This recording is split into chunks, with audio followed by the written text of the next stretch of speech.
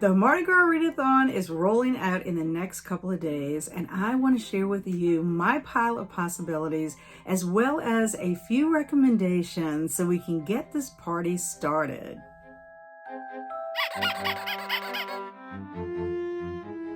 Welcome back, friends and fellow bibliophiles. And for those of you who are new to my channel, hi, I'm Kat, and I've chosen a pile of books that I would love to read for the Mardi Gras Readathon. Of course, it is called a pile of possibilities because there is a strong possibility I will not get to all of these books, and that is because I am participating in a couple of readathons as well as some book clubs throughout the month of February. However, I have chosen a few books that could work for all of my reading commitments. So without further ado, let us begin. As I mentioned in my announcement video, we have a bingo board that includes 9 prompts plus a bonus prompt. You can find the bingo board on my Instagram as well as on Laurie's Discord, Books, Ink, and Paper. She has designated an area for the Mardi Gras Readathon, and the bingo board can be found there along with some other graphics that you are more than welcome to use throughout the readathon. I'm skipping around the bingo board, starting with royalty. Now, I do not read many books, hardly any books at all on royalty, much less own any books about royalty. So I've decided that the book that I'm planning to read for Folklore February, I'm going to use for this prompt. And that is a fairy tale retelling of The Snow Queen, written by Hans Christian Andersen. And this is illustrated by Byron. And it is about Kai and Gerda, who are friends. And one day Kai's personality changes drastically. So Gerda knows something is wrong, and then he disappears. So Gerda goes on an adventure to get her friend back, and she does meet a cast of characters along the way, including a prince and a princess. So because we've got the prince and the princess, as well as the Snow Queen, that's going to fit for royalty. Now, as far as a recommendation for you, I have a book that's part of a series, and that series is called Beyond the Four Kingdoms. This happens to be book 6, but you do not have to read them in order to have a good time with the story, because I read this for the Cozy Cottage Book Club without having any knowledge of the other books in the series. And it is called A Princess of Wind and Wave by Melanie Sellier. This is a Little Mermaid retelling, and it is about a mermaid princess named Isla. And of course, she saves a guy who falls off a ship, and their paths cross again, and there's some upheaval in her kingdom. But it was a good time. I really enjoyed it. So that is what I have for royalty. For Set on the Gulf Coast, I'm using the book that I'm reading with the FOMO Book Club, and that is To Kill a Mockingbird by Harper Lee. This is a coming-of-age story that follows a young girl named Scout Finch, who happens to be a tomboy. She lives with her father, Atticus, who happens to be a lawyer, and her older brother, Jem. Sadly, Scout's mom passed away when she was very young. She doesn't even remember her mom. And she really is a fun-loving little girl, but she's kind of tough. She gets into some scrapes, but you gotta love her. You really do. But you get to know the people in the community, and life is just moving along at a pretty slow and steady pace. And then Atticus is appointed to defend an African-American man who is accused of rape. And then that causes lots of turmoil, not only for Scout and her family, but throughout the community. And she's got to kind of navigate life, and she kind of learns some hard lessons along the way. But this is a wonderful story. I read it 10 years ago and loved it then, loving it now because I have already started my Mardi Gras party.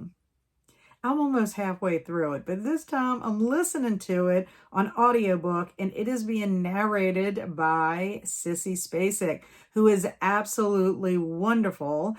And this happens to be the second book this year that I am listening to being narrated by Sissy Spacek. I listened to Carrie in January. But yeah, if you have never read To Kill a Mockingbird, I would highly recommend it.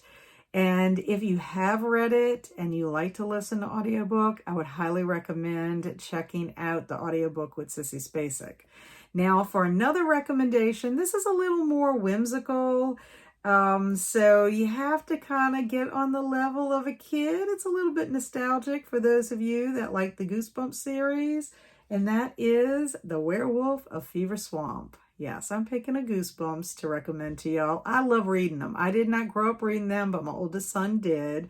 And this one actually takes place in Florida. So let me tell you, there is something weird happening in Fever Swamp. It started with the strange howling at night, and then there was the rabbit torn to shreds. Everyone thinks Grady's new dog is responsible. After all, he looks just like a wolf, and he seems a little on the wild side. But Grady knows his dog is just a regular old dog, and most dogs don't howl at the moon or disappear at midnight, or do they? So if you want something a little short and a little bit fun, I would check out The Werewolf of Fever Swamp. For Set in France, I have chosen another children's book, and that is The Story of Diva and Flea. This is written by Mo Willems and illustrated by Tony DiTerlizzi. This is about a small yet brave dog and a curious streetwise cat. For as long as she could remember, Diva lived at 11 Avenue Le Play in Paris, France. For as long as he could remember, Flea also lived in Paris, France, but at no fixed address. When Flea, Flaneuse, passed Diva's courtyard one day, their lives are forever changed. Together, Diva and Flea explore and share their very different worlds as only true friends can do. I read this back in 2018 and loved it, so I'm excited to revisit it. And then my recommendation for you is the book that I read last year for this prompt, and that is The Little French Bistro by Nina George. This was absolutely wonderful. It would cover more than just the prompt for Set in France. It would cover music as well as food. This is about Mary Ann. She is in a loveless marriage. She's very unhappy. She's been married like 41 years. And she decides one evening when she's in Paris that she is going to do something very drastic. It doesn't work out the way she expects, and it sets her on an adventure to pretty much find herself and to discover what she really wants out of life. But it was absolutely wonderful. I really enjoyed it, and I would highly recommend it. For a ball or elegant event, I'm substituting for this prompt, and that's because I really don't have anything to read for it. So I'm using the bonus prompt, which is to read a book with purple, gold, silver, deep red, blue, orange, or vibrant green, or all of the above on the cover. And the book that I am reading for this prompt is getting a lot of mileage because it's Kelsi's February selection for her book club, the Midnight Book Society, and it is also going to be used for Folklore February, and that is Pay the Piper by George Romero and Daniel Kraus. It has orange, vibrant green, and blue on the cover, so it's counting. You could also use this book for Set on the Gulf Coast because it takes place in Louisiana. So let me tell you about it. Alligator Point, Louisiana, population 141. Young Renee Pontiac has heard stories of the Piper, a murderous swamp entity haunting the Bayou, her entire life. But now the legend feels horrifically real. Children are being taken and gruesomely slain. To resist, Pontiac and the town's desperate denizens will need to acknowledge the sins of their ancestors, the pirates Lafitte. If they don't, it's time to pay the piper. Now, I do have one recommendation for this prompt. It's actually what I read last year. I read a short story from my Edgar Allan Poe collection, and that is The Mask of the Red Death. It is about a guy who's very wealthy named Prospero. He decides to throw this elegant event, and then someone uninvited shows up and puts kind of a kink in his party plans. For food, I'm reading another picture book that I am also reading for Folklore February, and that is Nail Soup. This is a Swedish folktale retold by Harv Zemak and illustrated by Margot Zemak. And it is about a tramp who's walking through the forest one day, and he comes across an old woman who is gathering kindling. They end up striking up a conversation, and he is asked back to her house where they end up making nail soup. So very similar to Stone Soup, except you have a stone instead of a nail, and there's a different cast of characters. But this one should be fun. And as far as a recommendation, I'm recommending what I read last year, and that is Chef Creole. This is a traditional song adapted by Jonette Downing and illustrated by Deborah Owsley-Kader. And this is about all kinds of popular foods in Louisiana that come together to create Chef Creole, which it's very fun. You can also sing along to the song Aiken Drum, and it's really, really cute. Okay, friends, I have to pause filming at this point so that I can attend a meeting, but I will be back soon to finish out my pile of possibilities.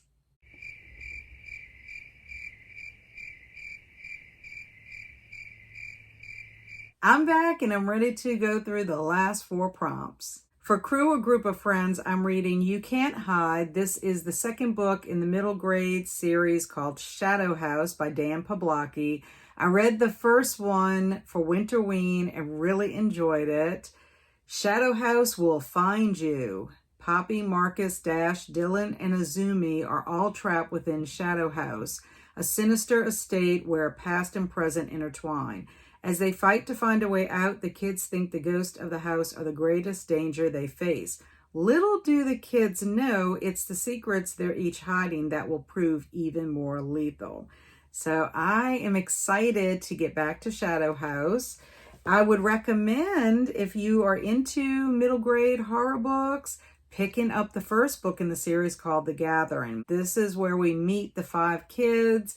We find out why they get summoned to Shadow House, and we get to meet the ghost, and then there's a really good twist at the end. So I would highly recommend it, having a great time with it.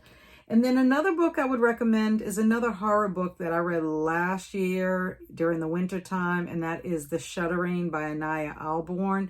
This is about a group of friends that go away for the weekend to hang out one last time before they go their separate ways. They're in Colorado. It's like close to a resort, like a ski resort.